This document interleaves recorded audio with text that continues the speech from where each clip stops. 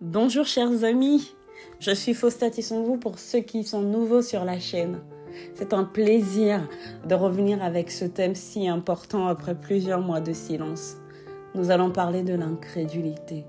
C'est assez particulier parce qu'à travers ce podcast, le Seigneur m'a permis de trouver pas mal de réponses aux questions que je me posais moi-même. Je vais essayer de prendre mon temps, donc ça va être peut-être un petit peu long. Mais vous allez voir, c'est un thème très très important, en tout cas à mon sens. Qu'est-ce que l'incrédulité? Comment celle-ci nous empêche très souvent de vivre l'exaucement de nos prières? Et pour finir de façon non exhaustive, comment combattre l'incrédulité? Quels sont les moyens que nous avons à notre disposition? Amen. Parlons donc de tout cela, chers amis, j'ai hâte. C'est parti.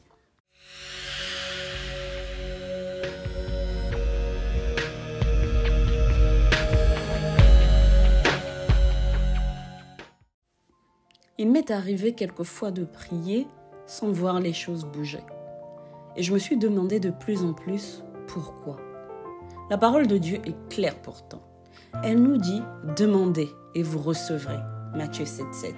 Ou encore « Si vous demandez quelque chose en mon nom, je le ferai » Jean 14,14. Ou même encore « Demandez afin que votre joie soit parfaite » Jean 16,24.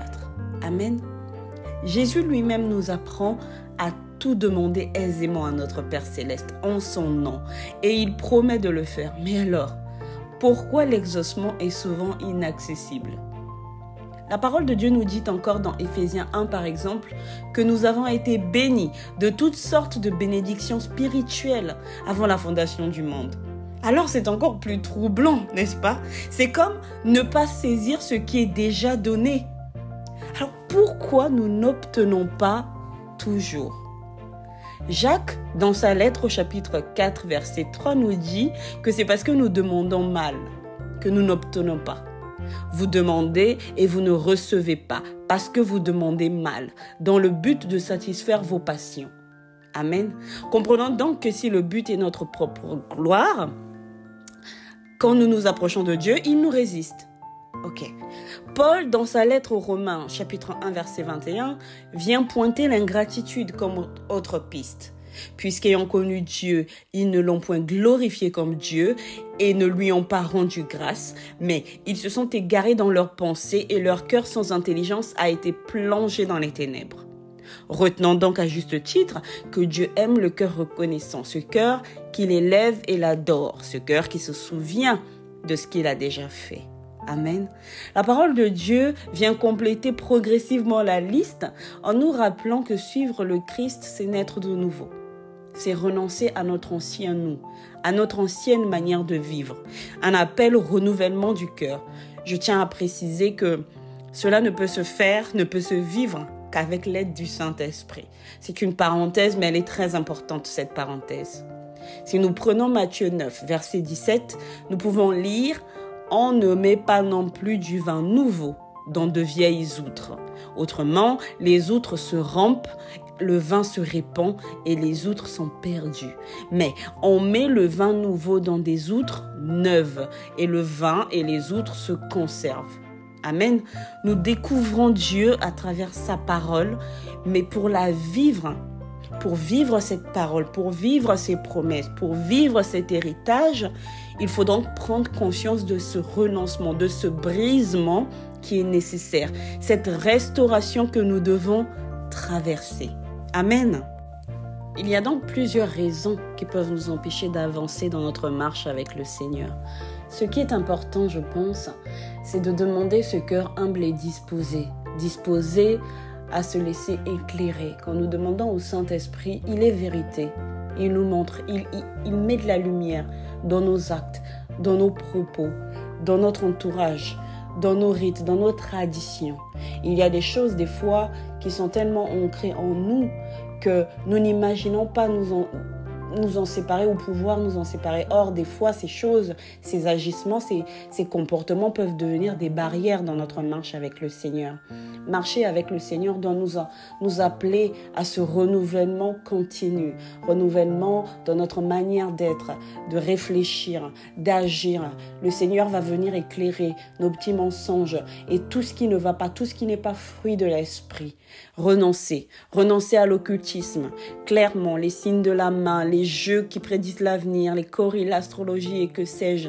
Renoncer à la corruption, à l'adultère et se laisser comme ça transformer au fur et à mesure pour choisir pleinement le Seigneur. L'Esprit de Dieu ne peut nous remplir pleinement si notre cœur est toujours entre deux, toujours le pied à gauche, l'un des pieds à gauche, l'autre pied à droite. Marcher avec le Seigneur, c'est être tranché, c'est choisir, bien que nous soyons imparfaits, mais c'est de choisir le Seigneur avant tout. Seigneur, je me laisse guider, je me laisse transformer à ton image de gloire en gloire, selon ton temps, me voici.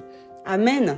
Donc, il y a plusieurs raisons pour lesquelles nous ne sommes pas forcément exaucés et le Seigneur lui-même sait quel est le temps pour chaque chose. Il peut aussi arriver que nous ne soyons pas exaucés tout simplement parce que ce n'est pas la volonté de Dieu, parce que comme nous venons de le voir, le Seigneur veut d'abord forger un caractère, parce que si nous ne sommes pas transformés de l'intérieur, des fois ça ne sert à rien, puisque l'ennemi viendra nous voler ce que nous avons reçu, puisque nous n'avons pas encore accepté de changer. Voilà, accepter de fermer telle porte. Il y a des portes, tant qu'elles sont ouvertes dans notre vie, nous ne pouvons pas vivre la bénédiction. L'ennemi s'empressera de tout piller en fait. Donc ça ne sert à rien. C'est pour ça qu'il y a aussi cette humilité de dire Seigneur, ok, moi je veux rentrer dans le plan que tu as prévu pour moi. Alors me voici, je me laisse guider, je me laisse transformer, je dis oui. Mais à côté de tout cela, chers amis, et c'est le cœur de mon propos, il y a aussi malheureusement ce que Dieu a accordé, mais que nous ne saisissons quand même pas. Pourquoi ? Vous priez et vous savez que vous avez reçu dans l'esprit. Ou vous savez par la parole de Dieu que vous êtes en accord avec sa volonté. Ou encore vous vous êtes repenti sur un sujet pour avancer et Dieu ne se manifeste pas. Les semaines, les mois et même parfois les années passent. Rien. Pourquoi ? Eh bien, il arrive souvent, mes chers amis, que la cause soit l'incrédulité. L'incrédulité sous toutes ses formes, ce doute, ce scepticisme, cette offense, cette force qui vient annuler celle de la foi, cette action qui agit exactement à l'opposé de l'action de la foi. On voit Jésus à travers différents passages des évangiles sortir par exemple le malade d'un lieu trop incrédule, d'une atmosphère trop incrédule pour pouvoir le guérir, le délivrer. Moi, je vais m'attarder sur le passage de Marc. Marc au chapitre 5, les versets 22 à 23 pour commencer, puis 35 à 42. Je vais essayer de prendre mon temps dessus. Commençons par les versets 22 à 23. Alors vint un des chefs de la synagogue, nommé Jairus, qui, l'ayant aperçu, se jeta à ses pieds et lui adressa cette instante prière. « Ma petite fille est à l'extrémité. Viens, impose-lui les mains afin qu'elle soit sauvée et qu'elle vive. » Amen.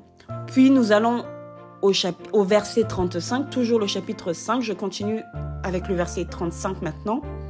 Comme il parlait encore, survinrent de chez le chef de la synagogue des gens qui dirent « Ta fille est morte. Pourquoi importuner davantage le maître ?» Mais Jésus, sans tenir compte de ces paroles, dit au chef de la synagogue « Ne crains pas, crois seulement. » Amen. Nous voyons Jésus qui maintient ici Jairus dans la foi. « Ne crains pas, lui dit le Christ. Garde ton cœur vers moi. Crois seulement. Je sais que l'atmosphère vient de changer. Le niveau vient de changer. Mais ne crains pas. Tu es venu me voir avec la foi. Ne laisse pas l'incrédulité parce que l'atmosphère vient de changer annuler ta foi. Ne crains pas. Crois seulement. Amen. Poursuivons avec les versets 37 à 42. Vous allez voir, c'est très intéressant.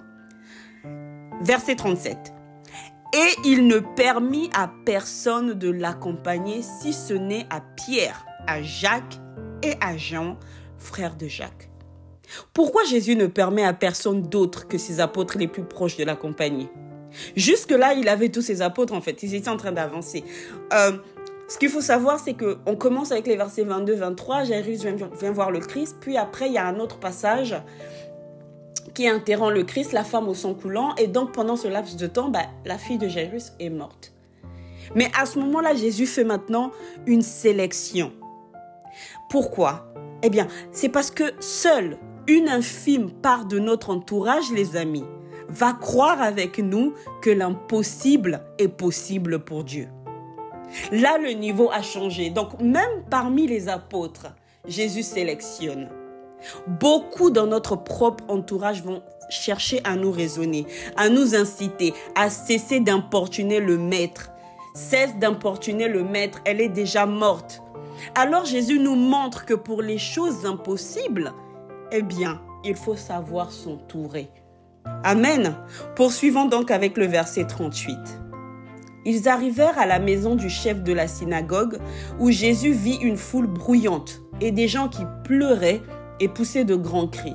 Il entra et leur dit « Pourquoi faites-vous du bruit et pourquoi pleurez-vous? L'enfant n'est pas morte, mais elle dort. » Et ils se moquaient de lui.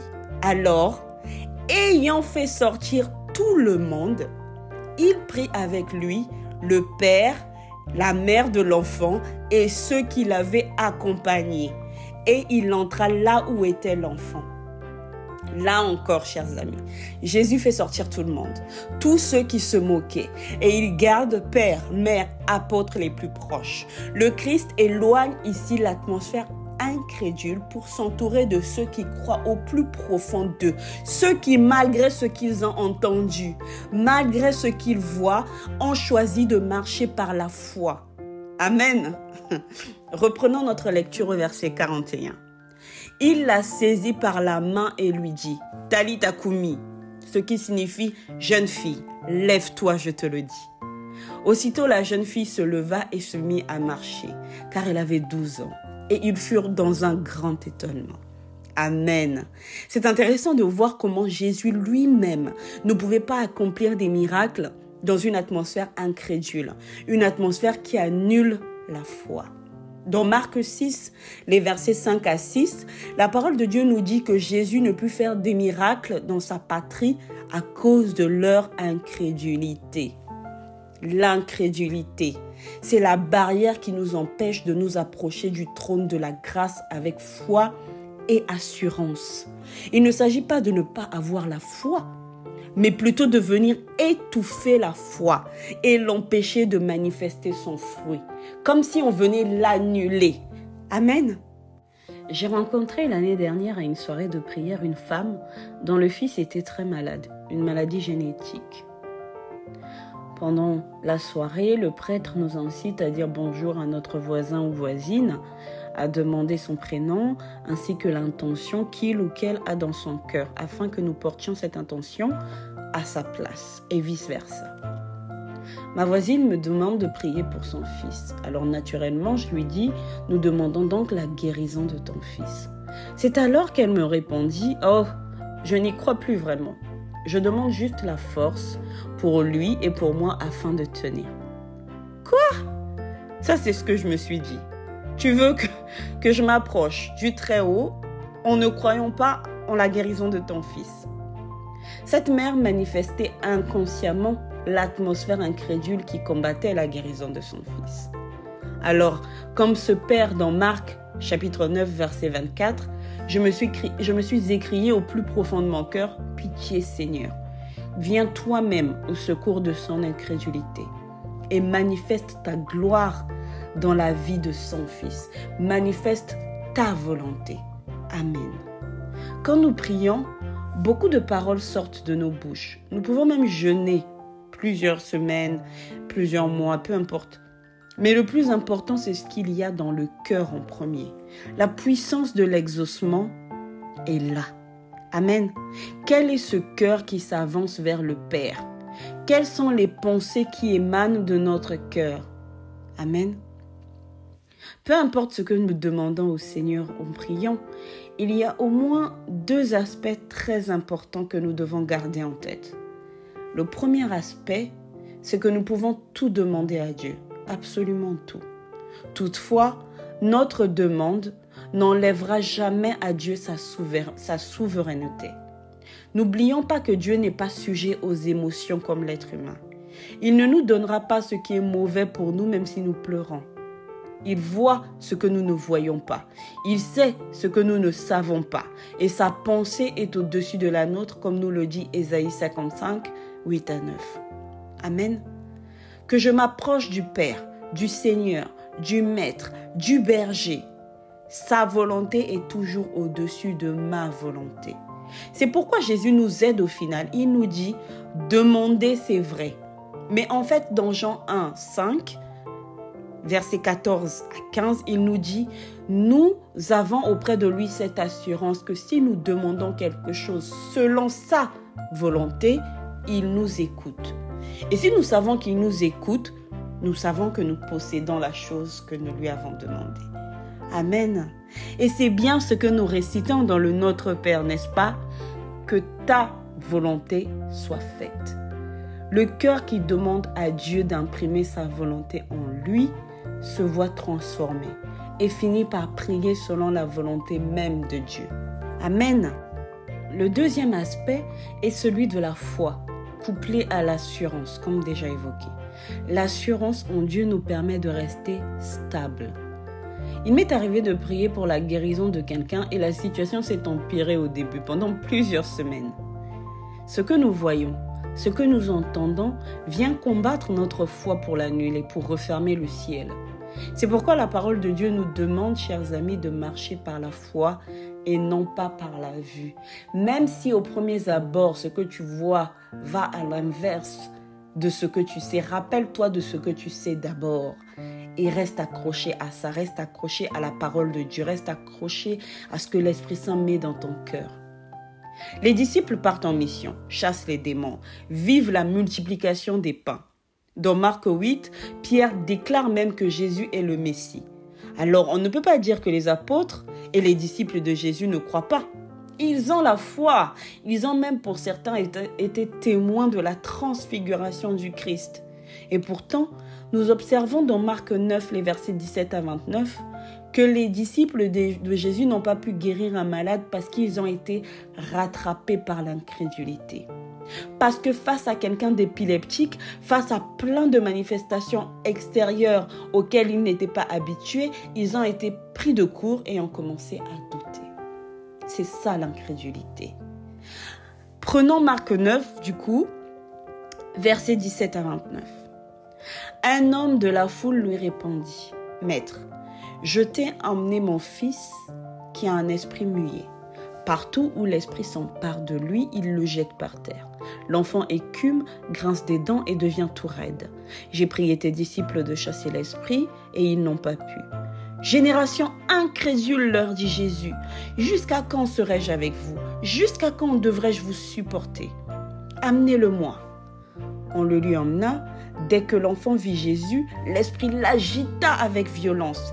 Il tomba et il se roulait par terre en écumant. Jésus demanda au Père, « Depuis combien de temps cela lui arrive-t-il » ?« Depuis son enfance, répondit-il. Et souvent, l'esprit l'a jeté dans le feu et dans l'eau pour le faire périr, pour le faire mourir. Mais si tu peux faire quelque chose, viens à notre secours et compassion de nous. » Jésus lui dit, « Si tu peux, tout est possible à celui qui croit. » Aussitôt le père de l'enfant s'écria, « Je crois, viens au secours de mon incrédulité. » Voyant accourir la foule, Jésus menaça l'esprit impur en lui disant, « Esprit muet et sourd, je te l'ordonne, sors de cet enfant et n'y rentre plus. » L'esprit sortit de l'enfant en poussant des cris et en le secouant très violemment. L'enfant devint comme mort, de sorte que beaucoup disaient qu'il était mort. Mais Jésus le prit par la main, le fit lever et il se tint debout. Quand Jésus entra dans la maison, ses disciples lui demandèrent en privé, « Pourquoi n'avons-nous pas pu chasser cet esprit ?» Il leur dit, « Cette espèce-là ne peut sortir que par la prière et par le jeûne. » Amen. On pourrait penser, selon certaines traductions bibliques, notamment la Louis II, que Jésus voulait dire que pour une certaine espèce de démon, des fois on trouve ça, cette espèce de démon, il y a ce mot qui est rajouté là, dans certaines traductions, que pour une certaine espèce de démon, il faut jeûner et prier. Comme s'il y avait une espèce de démon devant laquelle le nom de Jésus ne suffisait pas. Ça n'a même pas de sens. Les apôtres n'étaient pas habitués à autant de manifestations. Alors ils ont paniqué, ils ont douté.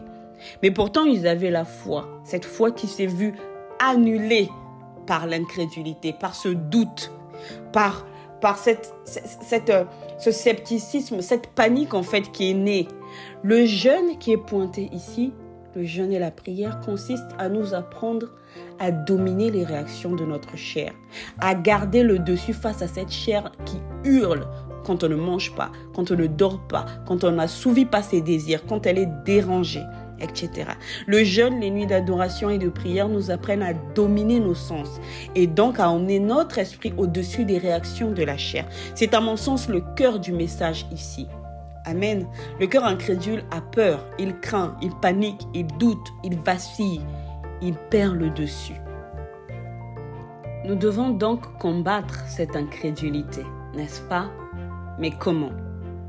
Évidemment, le sujet est important, donc je vais donner que quelques exemples, mais il y en a plein d'autres. Et d'ailleurs, n'hésitez pas à me mettre des commentaires si vous avez d'autres éléments sur le sujet, parce que c'est tellement important pour un chrétien pour grandir dans notre foi. L'incrédulité prend le dessus pour plusieurs raisons.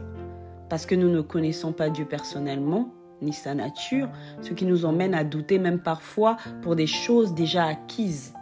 Et c'est là que l'ennemi en profite pour nous embrouiller. L'incrédulité prend aussi le dessus parce que nous ne sommes pas fortifiés, etc.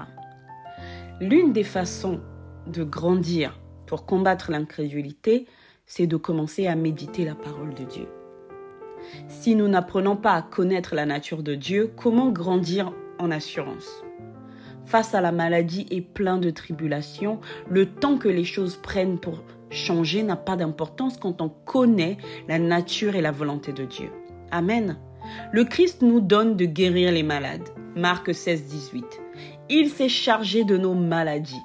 Matthieu 8, 17. Alors quand je prie pour ma guérison, j'ai l'assurance parce que c'est la volonté de Dieu. Alors j'attends tout simplement, peu importe les manifestations violentes. La victoire est déjà acquise. Amen. Quand vous avez l'assurance de Galates 3, verset 13 par exemple, où nous lisons « Christ nous a rachetés de la malédiction de la loi, étant devenu malédiction pour nous, car il est écrit « Maudit est quiconque est pendu au bois ». Amen. Quand vous avez cette assurance et que quelqu'un vient vous maudire, que voulez-vous que ça vous fasse si vous gardez la parole de Dieu au-dessus? Si vous refusez de remettre en cause ce que Dieu a dit, vous allez même rire en fait. Pourquoi même engager des prières de combat là où il n'y a pas de combat? Quand on connaît la parole de Dieu, on sait quand il y a un combat et quand il n'y a pas de combat. La seule prière qui vous viendra risquera même d'être « Père, pardonne-lui. Il ou elle ne sait pas ce qu'il ou ce qu'elle fait. » Amen. Peut-on rentrer chez l'Éternel des armées et piller tous ses biens? Peut-on toucher à l'enfant du Très-Haut sans que Dieu ne le voie ou ne le sache? Qui est donc cet intrus, mon frère, ma sœur, qui te fait prier si longtemps? Qui t'a fait malheureusement perdre ton assurance? Cet intrus qui menace ton travail, ta santé, ton foyer. Cet intrus qui s'est donc positionné contre Dieu lui-même. Prier en oubliant qui est Dieu, c'est comme aller au combat et s'exposer. Le Christ est au-dessus. Le Christ est le maître. Il est au courant de ce qui nous arrive. Il faut toujours commencer par là. Amen. Nous ne pouvons pas engager des combats spirituels avant de remettre Dieu à sa place, afin que Dieu prenne toute sa place. Plus nous sommes attaqués, plus nous devons courir vers le Très-Haut pour entrer à ses pieds. Père, mon papa, Abba, Je viens chercher la stratégie. Je viens louer, je viens adorer, je viens dans les gradins pour assister à ce que tu vas faire. Le combat spirituel prend une autre tournure quand le cœur est tourné vers le Seigneur d'abord. Amen. Le temps qu'une situation prendra à se résoudre ne doit pas nous voler notre paix ni notre stabilité en Dieu. C'est le signe que nous avons gagné en assurance devant une situation, devant une montagne. Je vis en considérant que j'ai déjà été exaucé. Amen. Le reste n'est qu'une question de temps. Je n'attends pas de voir pour croire. Je crois d'abord. Amen. J'espère que nous aurons l'opportunité d'en parler à travers un autre audio. Mais je voudrais vous partager, pour moi, le fait que le parler en langue soit aussi une autre façon de combattre l'incrédulité. Le parler en langue est un don du Saint-Esprit. Et j'incite vraiment mes frères en Christ de demander, mes frères et sœurs, de demander au Saint-Esprit. Quand nous parlons en langue, nous faisons taire nos propres doutes, notre intelligence, nos raisonnements. Le parler en langue nous fait sortir de nos émotions. Il m'est arrivé de prier et d'être continuellement dans la plainte, de me rendre compte qu'il m'était difficile de sortir de toute cette atmosphère de pleurs. Alors switcher dans le parler en langue nous permet de rentrer vraiment directement dans ce que l'Esprit veut lui-même dire, veut lui-même, dans l'intercession que l'Esprit nous emmène à vivre. Voilà. Parler en langue revient, comme je le disais, donc à faire taire notre intelligence. C'est laisser nos petits raisonnements qui voient des impossibilités partout et nos petits calculs se taire au bout d'un moment pour laisser l'Esprit Saint intercéder lui-même par des soupirs inexprimables, comme nous dit la parole de Dieu. Nous sommes conduits à ce moment-là. Nous prenons une directive en accord avec celle de Dieu. Nous pouvons recevoir une parole, un ressenti, une conviction qui nous mettra plus ou moins sur la piste. Qui nous mettra sur la piste, pas plus ou moins. Le parler en langue est combattu par notre esprit trop intellectuel. Et pourtant, la parole de Dieu nous dit qu'il édifie notre esprit et nous permet d'accéder à la pensée de Dieu. Amen. Le parler en langue, en plus, à mon humble avis, n'arrange pas trop l'ennemi parce qu'il ne peut pas décoder les messages qui sortent. Une autre façon de combattre l'incrédulité est l'oraison. Offrir des temps de silence, apprendre à se taire et à laisser la souveraineté, la souveraine volonté de Dieu, je dirais, s'imprégner en nous. C'est travailler notre communion, notre intimité avec Dieu. C'est un processus qui nous fait vivre de plus en plus la puissance de l'Esprit. Nous changeons de l'intérieur et ceux qui nous côtoient finissent par changer parce qu'à travers nous, la nature de Dieu s'exprime. Amen. Voilà, chers amis, je ne vais pas rajouter plus d'exemples. J'espère avoir donné quand même pas mal de pistes. Et c'est un sujet important pour lequel je nous invite tous à demander à Dieu de continuer à nous éclairer. L'incrédulité est un fléau pour les enfants de Dieu que nous sommes. Toutefois, rappelons-nous que nous ne sommes pas seuls. Le Saint-Esprit, notre tout, est là pour nous conduire, nous enseigner et nous aider à grandir dans cette assurance qui permet à l'enfant de Dieu de déplacer les montagnes. Amen. Notre part à nous est de continuer à nous rendre disponibles et disposés à l'action du Saint-Esprit. Amen, amen.